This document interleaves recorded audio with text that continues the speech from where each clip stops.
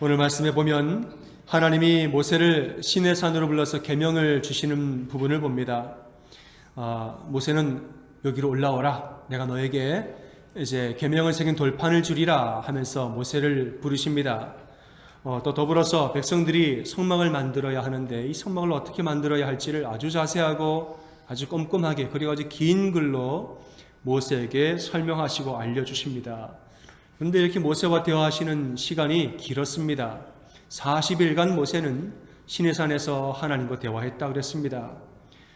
이 기간 동안에 모세가 보이지 않고 모세는 저 꼭대기에서 하나님을 만나고 백성들은 산 아래에 있었습니다. 기간이 점점점 길어지자 백성들은 마음이 초조해지기 시작했습니다. 초조해질 만도 한 것이 모세가 그 산으로 올라갈 때 백성들이 봤을 때 하나님의 영광이 임하였는데 그 영광의 형상이 어떠했느냐? 맹렬한 불같이 보였다고 했습니다. 다른 말로 백성들이 보기에 모세는 그 맹렬한 불 같은 그런 어마어마하고 무시무시한 곳으로 올라서 들어간 거예요. 거기로 들어가더니 40일 동안 모세가 나오지를 않았습니다. 백성들이 괜찮다가 점점 날이 지날수록 걱정을 합니다. 아니 저런 무서운 곳으로 저런 대단한 곳으로 모세가 들어갔는데 지금 이 날이 되도록 안 내려오면 기한이 없이 안 내려오면 모세가 어떻게 된 것이 아닌가. 모세가 무사하다가 누가 장담할 수가 있겠습니까? 또 우리 중에 누가 감히 그 안에 들어가서 모세의 생사를 확인할 수 있겠습니까? 오늘 1절에 백성들은 말합니다. 모세는 어찌 되었는지 알지 못함이니이다 그랬어요. 민심이 흉흉해지기 시작하고 백성들 사이에서는 모세가 죽은 거 아니냐 하는 소문이 퍼지기 시작합니다. 백성들은 회의를 소집합니다. 지도자들은 모여서 이 난감한 상황에 대해서 논의를 합니다. 사람들 마음이 이상하게 소문이 퍼지는데 이를 어떻게 수습할까? 그리고 모세의 죽음에 대한 가능성도 진지하게 고려를 합니다. 논의 끝에 결론을 내립니다. 모세가 어떻게 되었는지 확실히 우리가 단정할 수는 없지만 어쨌거나 일단은 우리는 우리 나름대로 살 길을 마련해야겠다. 결론을 내립니다. 그리고 아론에게 부탁합니다. 뭘 하나 만들어내라 그랬습니다. 아론이 당신이 모세의 형이니 이 불안해하는 백성들에서 뭔가를 좀 하나 해놔라. 아론이 제안을 하죠. 여러분들 아내와 자녀들의 금고리를 다 떼다가 가지고 오십시오. 금고리 뺏어 가져왔더니 그것을 녹여서 조각칼로 새겨서 금송아지를 만들어냅니다. 급한 대로 이거라도 우리가 의지하고 삽시다. 이걸 본 지도자들이 재빨리 가지고 백성들 앞에 선포를 합니다. 여러분, 모세가 없어도 두려워하지 마십시오. 여러분, 우리를 이 땅, 애굽 땅에서 우리를 인도하여 낸 신이 여기에 있습니다. 하나님 안 보인다고, 모세 안 보인다 염려하지 마십시오. 하나님 바로 여기에 계십니다. 아론이 보증하였습니다. 그랬어요. 아론이 보증하였습니다. 아론이 말하기를 이 신이 그 하나님이라고 말했으니 여러분 염려하지 마십시오. 아론도 이에 적극적으로 동조합니다. 그 앞에 제단을 쌓은 다음에 다음 날을 여호와의 절일로 지키면서 백성들이 먹고 마시고 번제와 화목제를 드리면서 그렇게 즐겁게 놀았다 이랬습니다. 9절 말씀에 보면은 이 모습을 본 하나님이 너무 마음이 아파서 이렇게 고백을 합니다. 백성을 보니 목이 뻣뻣한 백성이로다. 목이 뻣뻣하다는 것은 고집이 세다는 거지요. 아니 내가 그렇게 시도 때도 없이 나를 바라보라고 아무리 얘기를 해도 틈만 나면 저렇게들 자기 하고 싶은 대로 고집을 못 꺾고 사니 하나님 마음에 타들어갑니다.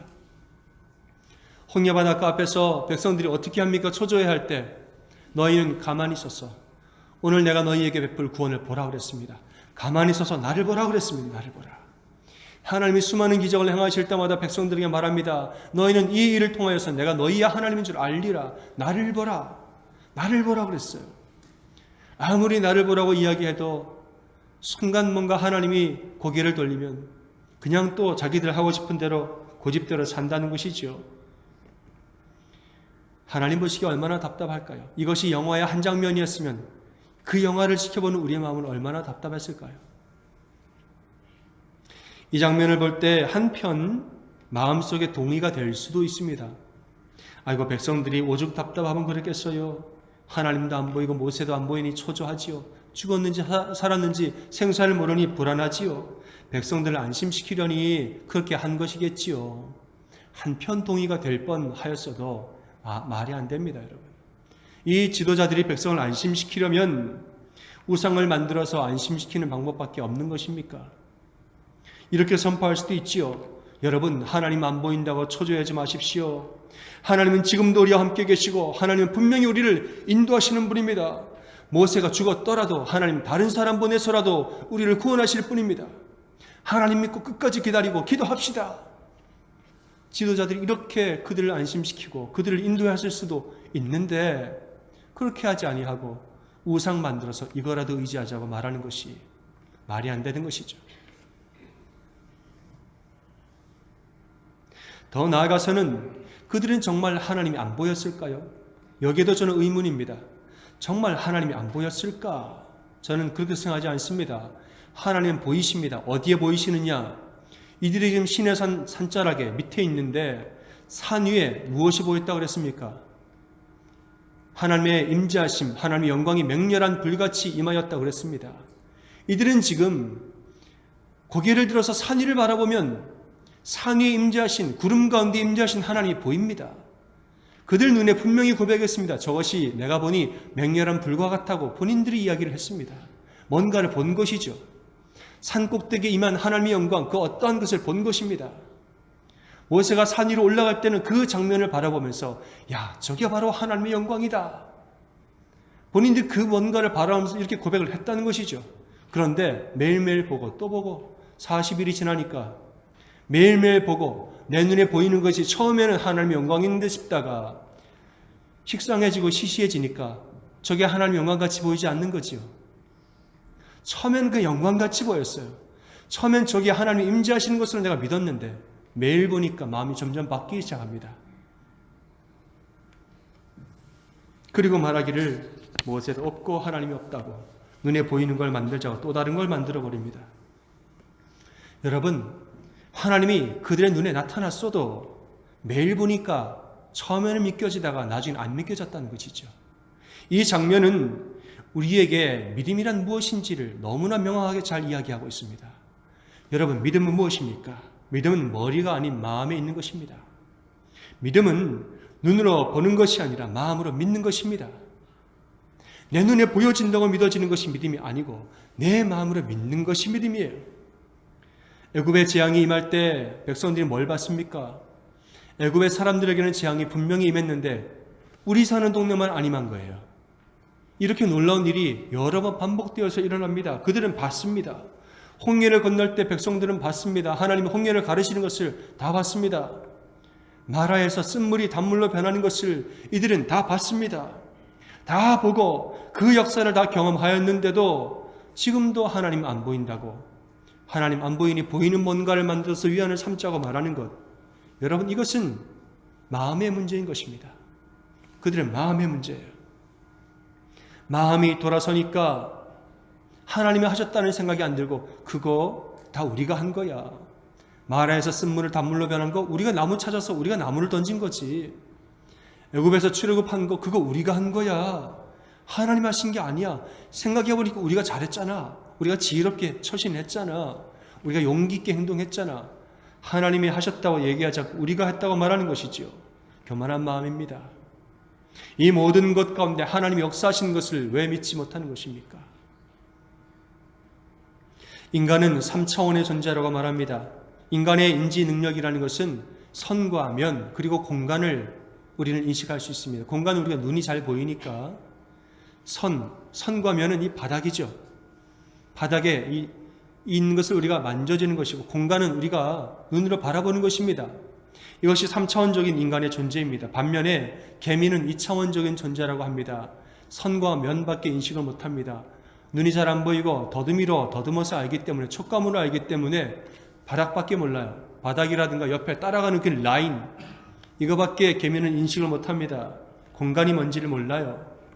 어느 나무꾼이 나무를 베다가 점심시간이 됐습니다. 그늘에 앉아서 도시락을 먹는데 개미가 한 마리 바닥에 기어다니는 것을 봅니다. 먹이를 찾아서 열심히 돌아다니는 개미를 보고 밥알을 하나를 똑 떨어뜨려 줍니다. 개미가 더듬이로 열심히 바닥을 더듬으면서 다니다가 밥알을 발견합니다. 개미한테 밥알은 크죠. 바바를 발견한 개미가 기뻐서 이렇게 말합니다. 와, 드디어 내가 찾았어. 그랬습니다. 드디어 내가 찾았어. 기쁘게 바바를 물고 걸어가다가 다른 개미를 만납니다. 다른 개미랑 바바를 붙들고 싸움이 났습니다. 밀고 당기고 하면서 이거 내 거라고 서로 치고받고 하면서 두 마리 개미가 싸웁니다. 나무꾼이 가만히 보다가 측은한 마음이 들어서 나뭇가지 하나를 들어서 나중에 온 개미를 툭 하고 쳐냈습니다. 그랬더니 첫 번째 온 개미가 이렇게 또 말합니다. 와, 드디어 내가 이겼어. 그랬습니다. 드디어 내가 이겼어.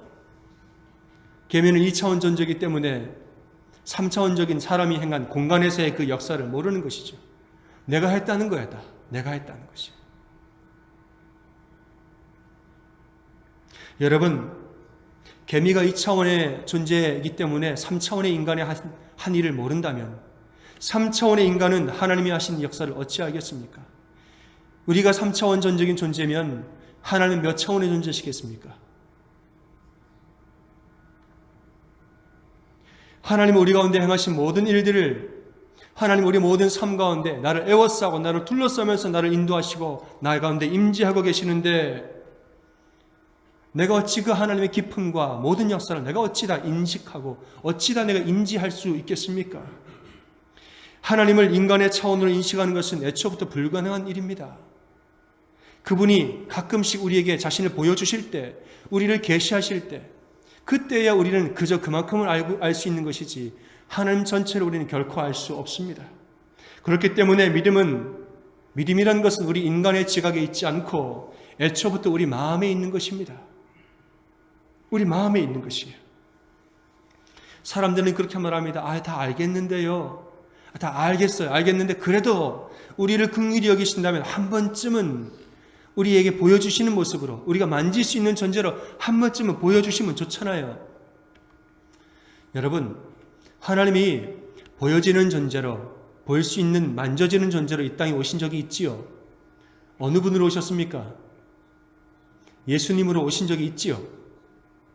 높은 보좌에 계신 하나님이 이 땅에 우리 인간의 모습을 입고 우리와 대화할 수 있고 함께 식사하고 함께 만날 수 있는 그런 존재로 이 땅에 오신 적이 있지요. 그러면서 예수님은 놀라운 기적들을 행하면서 다니셨습니다. 하나님만 하실 수 있는 기적이 그에게서 나오는데도 그래도 사람들은 안 믿었다는 거예요. 왜 안 믿었을까요? 이번에 또 눈에 보이니까 안 믿었어요. 당신 내 눈에 보이는데 무슨 하나님이냐고. 당신 나랑 밥 먹고 누구 집 아들인데 무슨 하나님이냐고 그랬어요. 믿음은 머리에 있는 것이 아니라 마음에 있습니다. 본다고 믿겨지는 것이 아니고 마음으로 믿는 것이에요. 오히려 눈에 보이니까 시시하다고 안 믿었습니다. 요한복음 14장에서 빌립이 예수님께 이렇게 여쭤봅니다. 주여, 아버지를 우리에게 보여주옵소서. 그리하면 족하겠나이다 그랬어요. 아버지를 우리가 한 번만 볼 수 있다면 우리 정말 믿겠어요. 예수님이 이렇게 대답을 하십니다. 빌립아, 내가 이렇게 오래 너희와 함께 있는데 내가 나를 알지 못하느냐? 나를 본 자는 아버지를 보았거늘 어찌하여 아버지를 보이라 하느냐 그랬어요. 내가 지금 너희와 함께 하는데 뭘 자꾸 보여달라고 그러냐는 것이죠. 여러분, 믿음은 우리의 마음에 있습니다. 이 믿음이 없으면 우리는 자꾸 보이는 것만 추구하게 됩니다. 어디 보이는 게 없나? 어디 만질 수 있는 게 없나? 어디 내 손으로 움켜쥘 수 있는 그 무엇이 없나? 그러다가 손에 쥔 것을 내가 잃어버리면 초조해지고 내 눈에 보이던 것이 사라지면 우리는 불안해합니다. 그리고 자꾸 엉뚱한 다른 것들을 만들어서 거기서 또한 위안을 얻습니다. 하나님이 내 안에 안 계신 것처럼 느껴질 때가 있죠. 기도할 때는 막 하나님 응답하실 때가 있었는데 요즘 기도하면 뭐 응답도 안 하시고 예배드릴 때 막 감격에 막 밀려올 때가 있었는데 요즘 같아서는 예배 때 감격이 혹시 떨어지고 예전만 같지 않고 마치 하나님이 안 계신가 싶기도 하고 맹숭맹숭해지고 할 때가 있습니다. 여러분, 그럴 때 하나님이 느껴지지 않으니 다른 곳에서 내가 이 느낌을 채워야지 엉뚱한 것으로 금송아지로 내 마음을 채우려 하면은 우리가 실수하는 것입니다. 우리의 마음이 공허해질 때 이런 마음이 생겨요. 우리의 믿음이 약해지고 우리의 심령이 공허해질 때 엉뚱한 것으로 마음을 채우려 하는 이런 일들이 일어납니다. 그럴 땐 우리가 뭐라고 선포해야 돼요? 지금 내가 느껴지지 않더라도 하나님 분명히 역사하고 계시니 내가 지금 볼 수 없고 만질 수 없어도 우리 하나님, 그분의 임재와 영광이 나를 둘러싸고 있으니 나는 믿음으로 끝까지 기도하리라. 이렇게 결심하고 기도하는 여러분 되시기를 축원합니다. 여러분, 하나님 어디 계시냐고 묻지 마십시오. 하나님은 어제도 나와 함께 계셨습니다. 하나님 오늘도 나와 함께 계세요. 하나님 지금도 어디에 계십니까? 내 마음 요 안에 계세요. 지금 하나님 어디 계십니까? 지금 우리가 예배하는 이 공간 가운데 가득하게 임재하고 계시는 줄 믿습니다. 하나님 그러한 분이에요. 예전에 성경 공부할 때 예수님의 승천에 대한 부분을 배울 때가 있었습니다. 어떤 분이 이렇게 질문하셨어요. 목사님, 진짜 궁금해서 여쭤보는데요.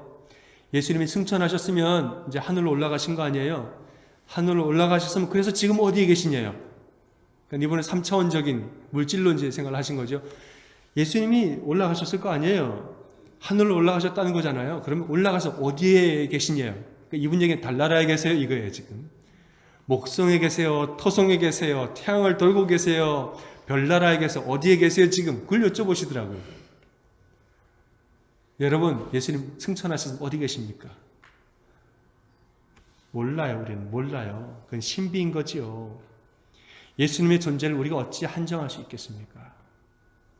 예수님은 우리 3차원적인 존재를 어떻게 생각합니까?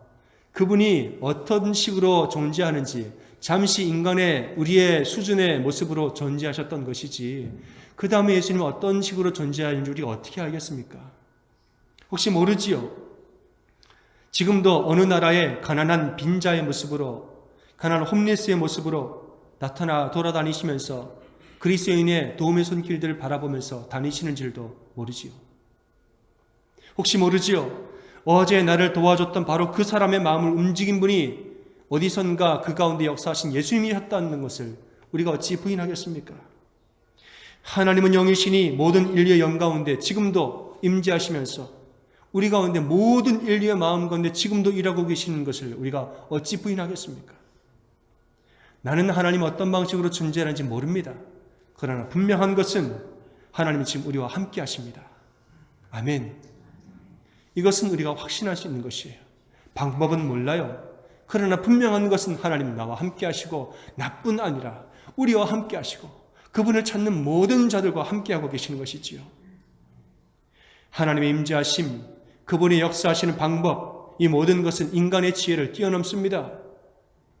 우리가 그분의 역사를, 그분의 방법을 감히 제한할 수가 없는 것이지요. 하나님은 어떤 식으로 내 가운데 역사하실지, 내 마음을 어떤 식으로 움직이시는지 우리가 그걸 어떻게 알겠습니까? 제가 담임 목회를 시작한 첫 해에 있었던 일입니다. 어느 날 성도님 한 분이 전화를 했습니다. 목사님 안녕하세요. 그분이 간단한 인사를 건넨 후에 본론으로 들어가십니다. 목사님, 저희 첫째 아이가 감기에 걸렸어요. 감기 때문에 고생하는데 병원에 가서 약을 먹어도 일주일이 지나도록 낫지를 않아요. 아유, 그렇군요. 어쩌나 얼른 나아야 될 텐데요. 엄마 아빠 고생 많으시겠어요. 그랬더니 이렇게 말합니다. 목사님, 아이를 위해서 기도해 주세요 그러더라고요. 제가 대답했죠. 네, 기도하겠습니다. 제가 꼭 기도할게요. 그럼 이제 전화를 끊어야 되잖아요. 네, 그럼 안녕히 계세요 하고 전화를 끊어야 되잖아요. 근데 전화를 안 끊으시는 거예요. 목사님 기도해 주세요. 그래서 네, 꼭 기도하겠습니다 하면서 안녕히 계세요 하고 끊어야 되는데 안 끄고 계속 기다리는 거예요. 그래서 내가 왜 그러지? 하다가 언뜻 드는 생각이 있어서 혹시 제가 지금 기도할까요? 그랬어요. 네, 지금 기도해달라고 전화한 거예요. 제가 기도하지 않는 사람도 아니고 제가 믿음이 없는 사람도 당연히 아니지요. 다 믿음 있고 기도하는 사람인데 저는 전화기에다 대고 기도하는 걸 전 처음 해봤어요.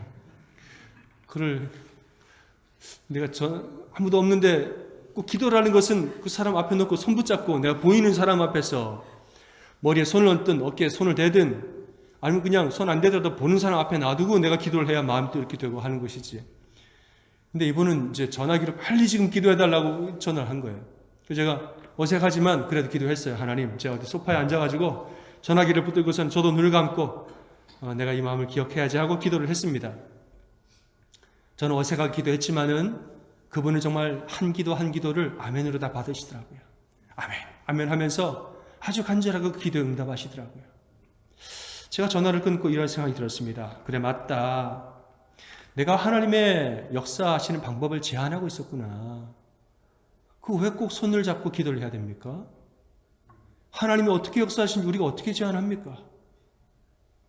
중요한 것은 내 마음 가운데 간절한 소원함이 있는가가 가장 중요한 것이지요. 내가 안수기도하고 손을 붙들고 기도한다 한들 그 마음에 간절함이 없으면 어떻게 역사합니까? 잠언 8장 17절에 말합니다. 나를 간절히 찾는 자가 나를 만날 것이니라 그랬습니다. 내가 어디에 서든 간에 어떤 방법으로든 간절히 주님을 찾으면 그분을 만나는 것이지요. 그 방법과 그 형식을 우리가 어찌 제안합니까? 제가 그 후로는 전화로 열심히 기도합니다. 전화 가운데 기도할 때에 이런 마음으로 기도합니다. 하나님, 지금 제가 그분을 볼 수 없지만 우리 하나님 역사하시고 성령님 인도하셔서 그 마음 만져주시고 위로하여 주십시오. 그 마음으로 기도합니다. 여러분, 우리 안에 간절함이 있다면 하나님의 임재하심을 누리는 길은 수도 없이 많습니다. 나를 간절히 찾는 자가 나를 만날 것이니라. 그 마음이 중요한 것이죠. 보이는 것이 중요한 게 아니에요. 존 파이퍼 목사님은 흥미로운 말씀을 하셨다지요. 우리는 저녁 식사 때 무엇을 먹을까 기대하는 것만큼조차도 주님을 갈망하지 않을 때가 있다 그랬어요. 저녁 시간에 우리가 뭐 먹지? 하고 기대하는 마음이 우리에게는 있죠. 근데 그 마음만큼조차도 하나님을 갈망하지 않을 때도 있대요. 아, 이 하루를 어떻게 하나님과 동행할까?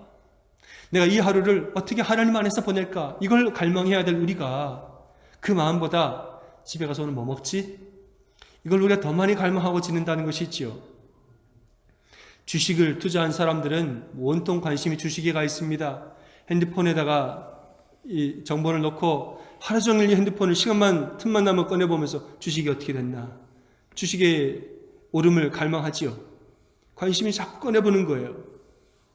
드라마를 좋아하는 사람들은 퇴근하고 집에 가는 길에 아유, 어제 남자 주인공이 고백했는데 여자가 받을까 말까, 어떻게 될까, 결말을 기대하고 소원하는 마음으로 집에 갑니다. 여러분, 우리가 그만큼도 하나님과 함께하는 것에 대한 갈망함이 없으면 하나님 보시기에 얼마나 안타까우시겠습니까? 사랑하는 여러분 사시면서 하나님과 동행하는 것에 대해서 갈망하시기를 바랍니다. 하나님, 내가 어떻게 하면 하나님과 함께 할까요? 하나님, 내가 이 하루도 하나님 가운데 거하고 싶은데, 내가 이 하루도 하나님과 함께 하고 싶은데 하나님 나와 함께 해주세요. 하나님, 내 마음을 붙들어 주세요. 우리 하나님이 내 모든 삶을 온통 에워싸고 계시는데 그 하나님을 내가 오늘도 누리게 도와주세요. 우리가 직장에서 일할 때에 내 눈으로는 지금 사람을 보고 있고 내 손으로는 지금 일을 하고 있지만 만져지고 보여지는 것은 다른 일들이지만 그럼에도 불구하고 우리의 영혼은 하나님께 온전히 바라보며 집중할 수 있는 것입니다. 내가 보여지는 무엇을 다른 것을 하고 있다 할지라도 나의 보이지 않는 영혼은 하나님께 중심을 두고 우리는 살아갈 수가 있는 것입니다. 사랑하는 여러분, 우리 하나님 살아계십니다. 어디에 살아계시냐? 여러분 어디에 살아계십니까? 오늘 답을 다 말씀을 드렸어요. 여기에 계시고 여기에 계시고 우리가 사는 삶의 자리에 온통 하나님 거하고 계세요. 우리의 삶 속에서 그분을 간절히 찾으시기를 바랍니다. 간혹 우리가 하나님이 안 보여지는 것 같은 이런 공허함이 생긴다 할지라도 하나님 뒤로 봐도 안 계시고 앞에 봐도 안 계시고 어디로 봐도 하나님 안 계신 것 같은 마음이 들지라도 그래서 내가 다른 걸로 내 마음을 위안 삼아야지, 다른 것으로 나를 위로하지 마시고 오히려 그럴수록 끝까지 아버지 앞에 나가 기도하고 간절히 하나님을 찾으셔야 합니다.